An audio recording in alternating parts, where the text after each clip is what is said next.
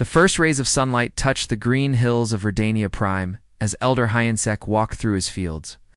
His bare feet felt the cool earth beneath them, and he smiled at the simple pleasure. The tall, blue-skinned alien moved slowly. Between the rows of golden grain, checking each plant with the care of a parent watching over children. "Come, young men," he called to his student. "The morning harvest teaches us patience." The young man hurried over, his own pale blue skin gleaming in the dawn light. Like all Cathara, he was tall and thin, with long arms that moved like flowing water. His large, dark eyes held the wisdom of youth, eager to learn. "Tell me again about the old days," young men said as they worked side by side with wooden tools. "When our people traveled between the stars," Hyansek's hands paused over a grain stalk. The memories were not his own, but they had been passed down through generations like sacred stories. "Long ago, we built great ships that could cross the void between worlds. We had weapons that could break planets and machines that could think, like living beings." "Why did we give it all up?" young man asked, though he had heard this story many times. "Because we learned a terrible truth," Hyensek replied, his voice soft but firm. "The more complex our tools became, the more complex our problems grew.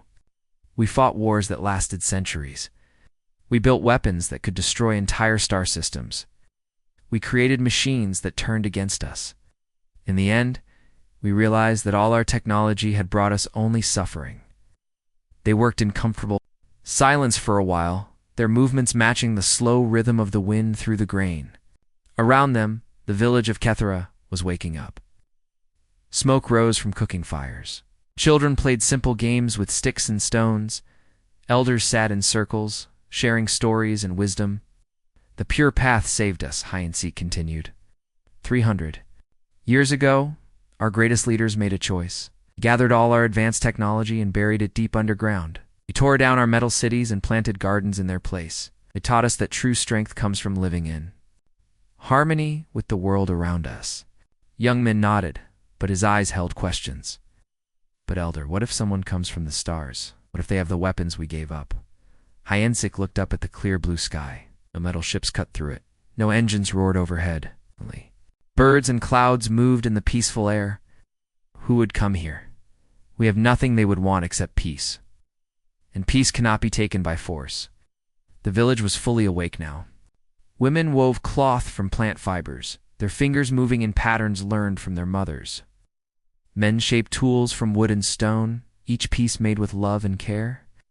Children learned to read not from glowing screens, but from books written by hand on paper made from local trees. There were no machines here except the simplest ones. Water wheels turned slowly by the river, grinding grain into flour. Windmills caught the breeze to power simple mills. Everything moved at the pace of nature, not the hurried speed of technology. "Look around you," Hyensek said, spreading his arms wide. "Our ancestors built cities that touched the sky. But were they happy? They had ships that could cross the galaxy in days, but did they find peace? They had weapons that could move mountains, but did they feel safe?" Young Min looked at the village with new eyes. An old woman sat by her doorway, humming while she mended clothes. A group of children listened to a storyteller under a great tree. Two young adults shared quiet words by the crystal stream that ran through the center of town. "Here we have something they never had," Hyensek continued. "We have time. Time to think. Time to feel. Time to understand ourselves and our place in the world. We have no clocks that divide our days into tiny pieces. We have no screens that fill our minds with noise. We have no weapons that make us afraid of our neighbors." They filled their baskets with grain and began walking back toward the village.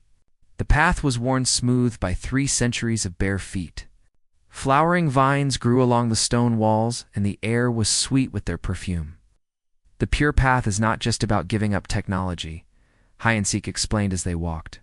"It is about choosing what matters. We chose family over profit. We chose peace over power. We chose wisdom over cleverness. We chose to live like the plants and animals around us, taking only what we need and giving back more than we take." Young Min was quiet for a long moment. Then he asked, "Do you think we made the right choice?" Hyensek stopped walking and put his hand on his student's shoulder. "Look at your hands, young man. They are strong from honest work. Look at your heart. It is calm because you fear no enemy. Look at your mind. It is clear because you think your own thoughts, not thoughts that machines have given you. They reached the village center, where the crystal spring bubbled up from deep underground. The water was so clear it seemed like liquid light. Yansuk knelt and cupped some in his hands, drinking deeply. This water has run pure for 1,000 years, he said. Will run pure for 1,000 more. That is the gift of the pure path. It lasts. Young Min knelt beside him and drank from the spring. The water was cold and sweet, tasting of earth and sky. As he lifted his head, he saw his reflection in the still pool. And for the first time, he truly understood why his people had chosen this life above them. The sky remained empty, except for clouds and birds. The peace they had built seemed eternal, unbreakable, safe. Neither of them saw the tiny point of light that had appeared at the edge of the starfield. Growing steadily brighter as it approached their world, the morning started like any other. In the peaceful village of Verdania Prime, Elder Hyonsik was teaching young men how to weave baskets when they heard the sound of running feet on the stone path. It was unusual for anyone to run in their village, where everything moved at the gentle pace of nature. Jamin burst through the garden gate, his chest heaving and his face pale with fear. The young scout had been sent to check on the outer farms 3 days ago, but he was not supposed to return until the next week. His clothes were torn, and his eyes held a wild look that none of them had ever seen before. "Elder," he gasped, falling to his knees. "Something terrible is happening in the borderlands." Hyonsik set down his basket and helped the young man to his feet. "Calm yourself, Jamin. What did you see?" "Metal birds," Jamin whispered, his voice shaking. "They flew through the sky faster than any bird should be able to fly. They made sounds like thunder, but louder, and they left trails of fire behind them as they moved." Young Min looked confused. "Birds cannot be made of metal? Are you sure you were not dreaming?" "I was wide awake," Jamin said firmly. "I saw them with my own eyes. They moved in straight lines, not like real birds at all. And they seemed to be watching us, circling over our farms like hunters studying their prey." Word spread quickly through the village. By midday, a crowd had gathered around Jamin as he told his story again and again. Some people believed him, but others thought he had been in the sun too long or had eaten bad berries that made him see things that were not there. Elder Mi-young, the village healer, examined Jamin carefully. She was a wise woman who had lived for over 200 years and had seen many strange things in her time. "The boy is not sick," she announced. "His eyes are clear and his mind is sharp. If he says he saw metal birds, then he saw something." The day went on, more strange reports began to arrive. A farmer from the eastern hills said he had seen bright lights moving in the sky during the night. A shepherd claimed that geometric patterns had been burned into his grazing land, as if someone had drawn straight lines with fire. Even the wind seemed different, carrying the smell of burning metal instead of the usual sweet scent of wildflowers. The village council met that evening in the great hall. The 7 elders sat in a circle, their faces serious as they listened to each new report. For 300 years, the Cathara had lived in perfect peace. They had no enemies, no wars, no violence of any kind. The idea that something dangerous might be coming to their world was almost impossible to believe. "Perhaps we should send more scouts," suggested Elder Teho, the keeper of the grain stores. "We need to know what is really happening out there. Or perhaps we should prepare our defenses," said Elder Sungmin, who was responsible for the village's safety. "If there is danger coming, we should be ready." But Elder Hyenzek shook his head. "What defenses? We have no weapons except hunting. Bows and farming tools. We have no soldiers except farmers and craftsmen. We chose the pure path long ago, and that path does not include preparation for war." The debate continued late into the night, but no decisions were made. The elders were not used to dealing with threats because they had not faced any threats for centuries. They agreed to wait and see what happened next. They did not have to wait long. The next evening, as the sun was setting behind the mountains, a figure appeared on the road leading to the village. It was a woman, but she was not walking normally. She stumbled and fell, got up and stumbled again. Her clothes were torn and dirty, and she seemed to be hurt. Young Min was the first to reach her. "Are you all right?" he asked, helping her too. "Stand." The woman looked up at him with eyes full of terror. "Run," she whispered. "Run away from here. They are coming." Her name was Dalhi, and she had lived in a farming settlement 2 days' walk from the main village. She had run all that distance without stopping, driven by fear and desperation. Her clothes were stained with blood, though she did not seem to be wounded. "Tell us what happened," Elder Hyansik said gently, offering her water and a place to sit. Dolly's voice was barely a whisper, but her words filled the listeners with dread. "They came in the morning. Creatures that looked like us but were covered in metal shells. They carried sticks that made thunder and lightning. When they pointed these sticks at someone, that person would fall down and never get up again." "How many were there?" asked Elder Suman. "Only 5 or 6, Dalhi replied. But they destroyed our entire settlement in less than an hour. Our bravest warriors shot arrows at them, but the arrows bounced off their metal shells like raindrops. Off a roof, their thundersticks could kill from far away, even through walls and trees." The crowd that had gathered around Dalhi was completely silent. Children pressed close to their parents, and even the adults looked frightened. Violence was something they had read about in old books, but it was not something they had ever seen. "Where did they come from?" Elder Myung asked. "From the sky," Dalhi said. "They came down in a great metal bird, bigger than any building, made noise like 1,000 storms, and burned the ground where it landed." Elder Hyansik felt a cold weight settling in his stomach. For 3 centuries, the Cathara had believed their world was hidden and safe. Now something had found them, something that knew how to kill, and had no hesitation about doing so. "What should we do?" Young Min asked quietly. Nobody had an answer.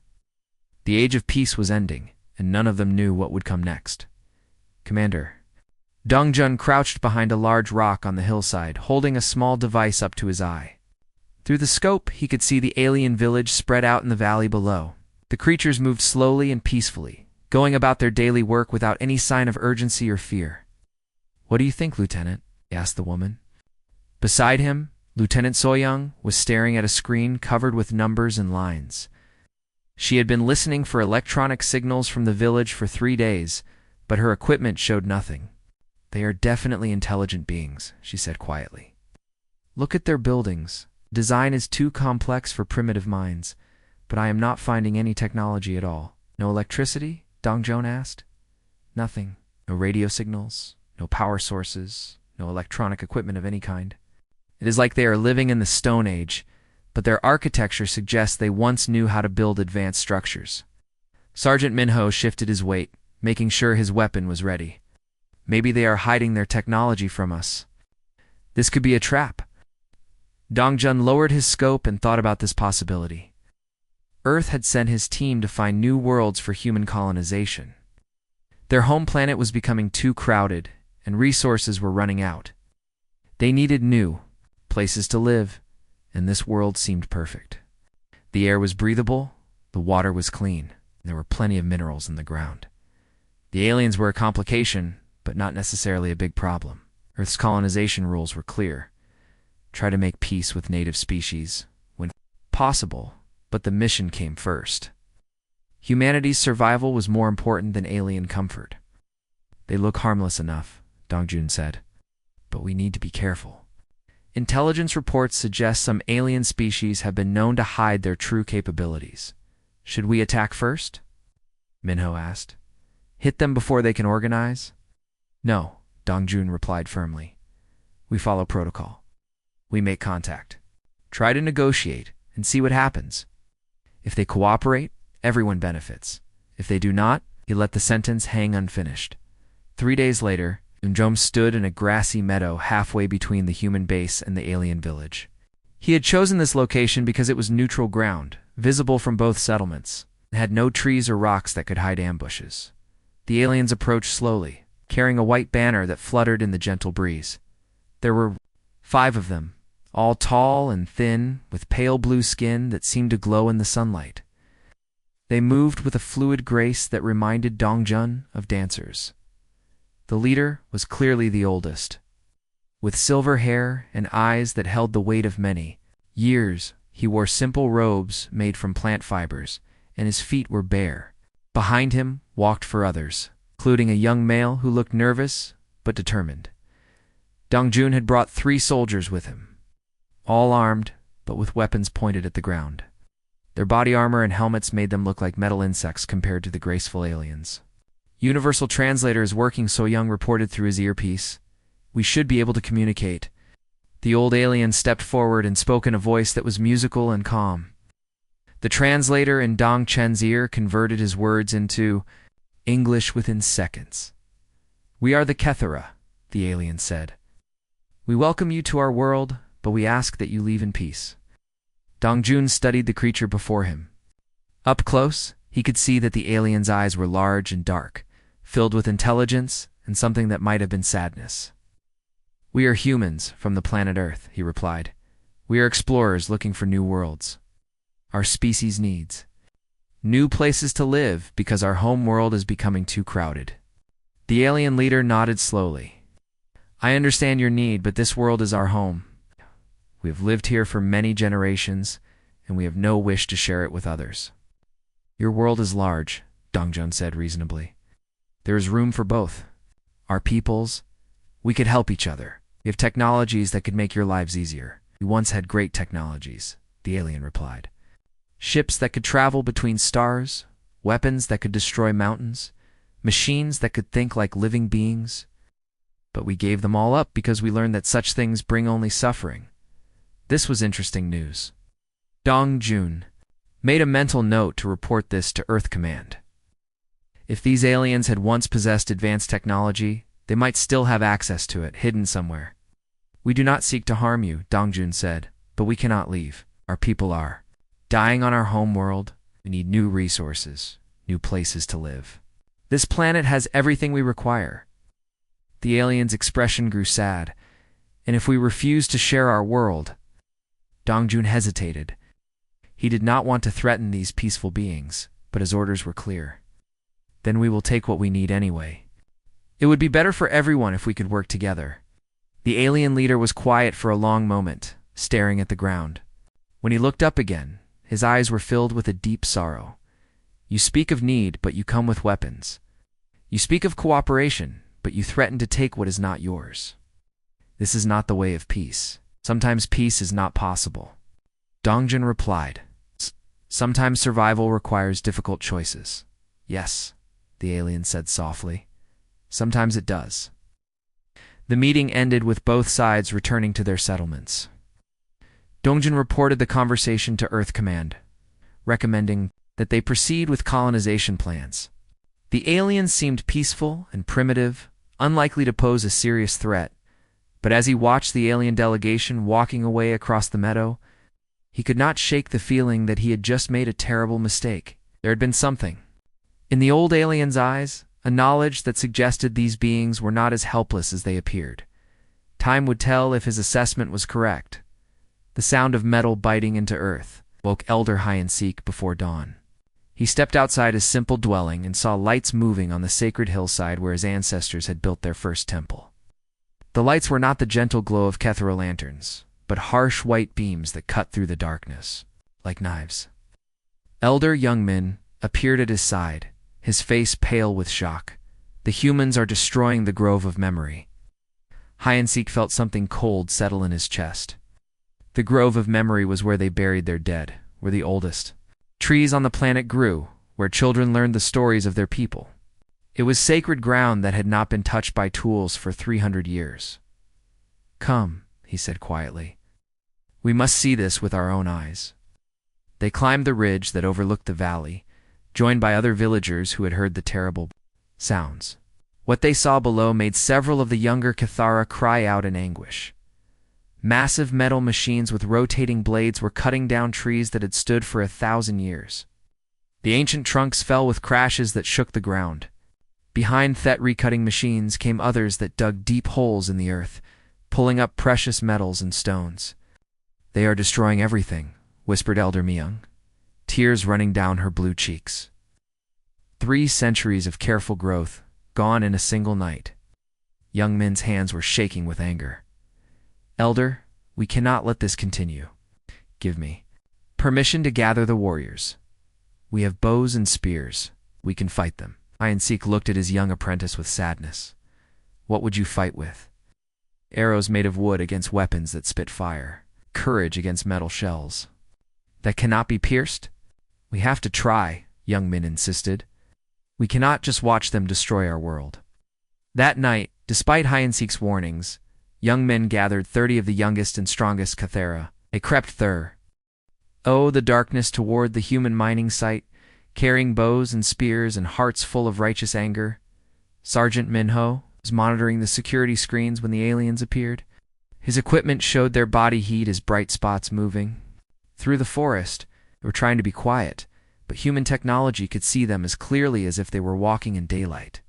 Contact, he reported into his radio. 30+ aliens approaching from the north. They appear to be armed with primitive weapons. Rules of engagement, asked one of his soldiers. Defend the site, Minho replied. Use appropriate force. Battle lasted less than 5 minutes. The Cathera warriors tried to rush the mining equipment, but the humans were ready for them. Cathera automatic weapons fired streams of bullets that cut through the alien attackers like scythes through grain. The few Cathara who reached the machines found their arrows bouncing harmlessly off metal armor. When the shooting stopped, 27 Cathara lay dead in the dirt. The humans had not suffered a single casualty. Young Min was among the survivors, wounded but alive. He crawled back to the village with an arrow through his shoulder and tears of shame in his eyes. We failed, he gasped to Elder Hyansik. We could not even reach their machines. Similar attacks happened across the planet over the following days. Each time the result was the same. Cathera were brave and determined, but their wooden weapons were useless against human technology.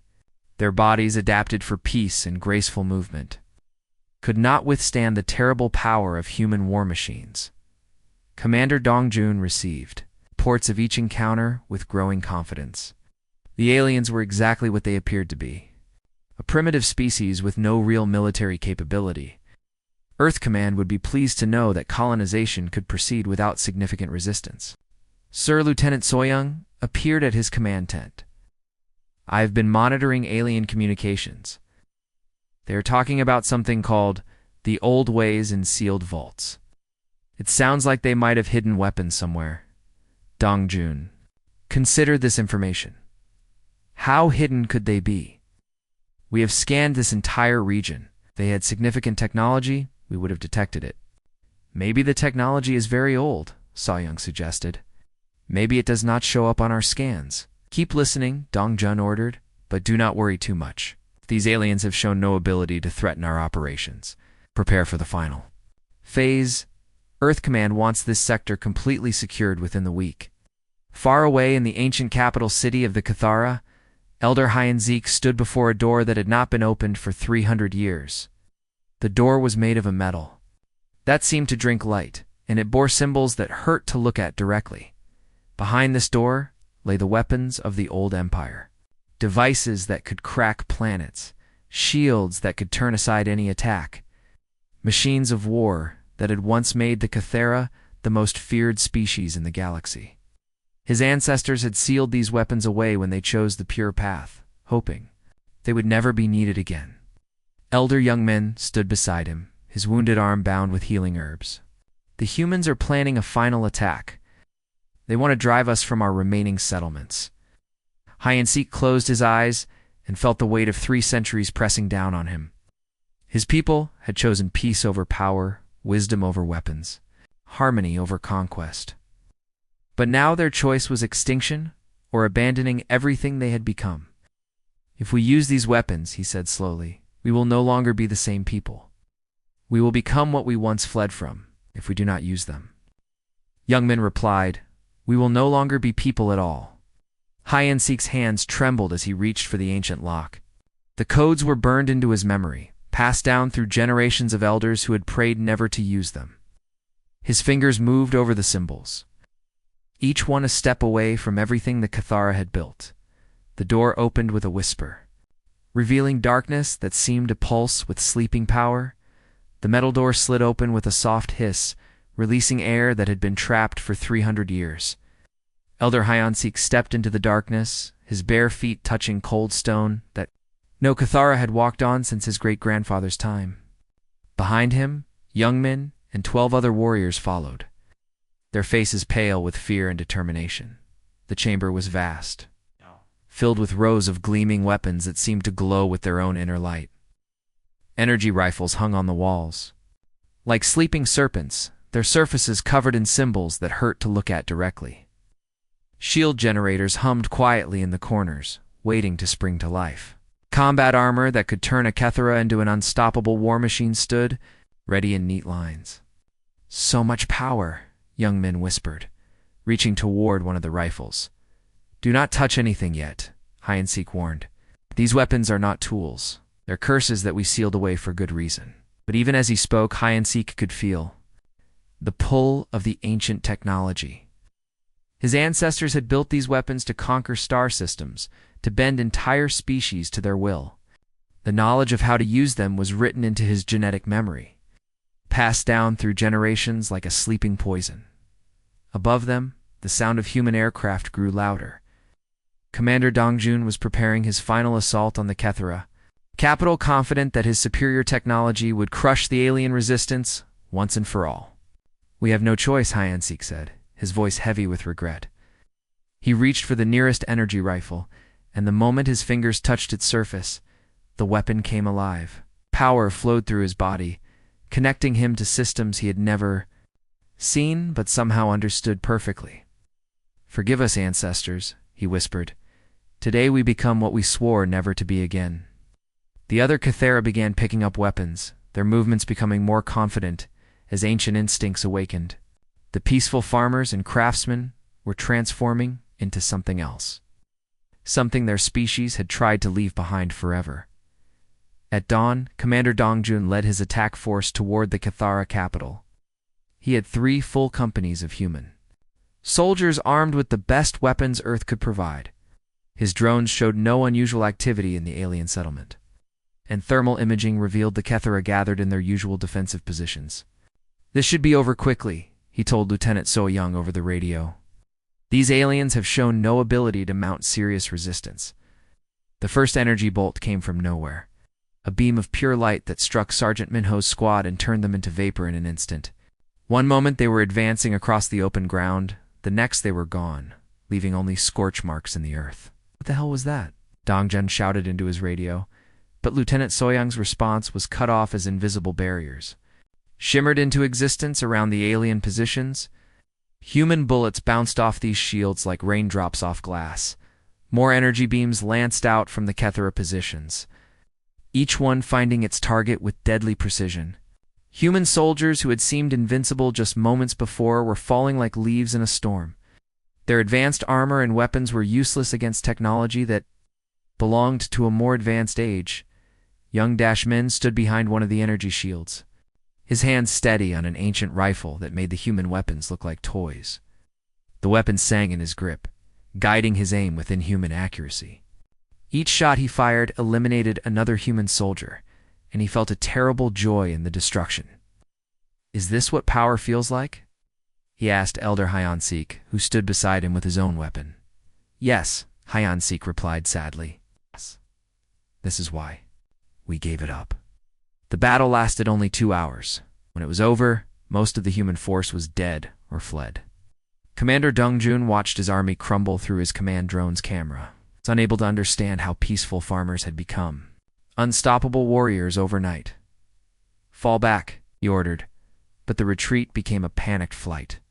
Only a handful of humans reached their evacuation ships, and even those were damaged by energy weapons that could strike targets from impossible distances. 3 days later, Elder Hyansik walked through the ruins of the human base, his energy rifle still humming with power in his hands. Round him, young Cathara examined, captured human technology with hungry eyes. They spoke excitedly about the weapons they had taken, about the power they now possessed, about the enemies they could defeat. "We won," Young Min said, but his voice sounded strange, as if he were speaking about someone else's victory, did we? Hide and Seek asked, watching his people argue over the distribution of human equipment. Look at us, young men. Listen to how we speak. We saved our lives, but what have we become? The change was visible in all of them. The peaceful grace that had defined the Cathara for centuries was gone, replaced by the sharp alertness of predators.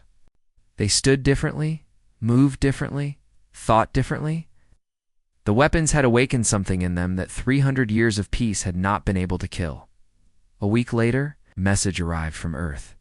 The humans, impressed by Cathara, technology and recognizing a worthy opponent, proposed a treaty. They offered to share the planet, with humans taking the industrial regions and Cathara keeping their agricultural lands. Elder Hide and Seek stood in the same field where he had once taught young men about the pure path. Now human machinery and Cathara energy weapons were visible in the distance, symbols of a future built on compromise rather than principle. He had saved his people, but in doing so, he had lost everything they had once stood for. The humans, in their relentless need to survive, had been right about one thing: in a universe where survival required strength, idealism was a luxury few could afford. The pure path was dead. What would grow in its place remained to be seen. But Hide and Seek feared it would be something his ancestors would not recognize.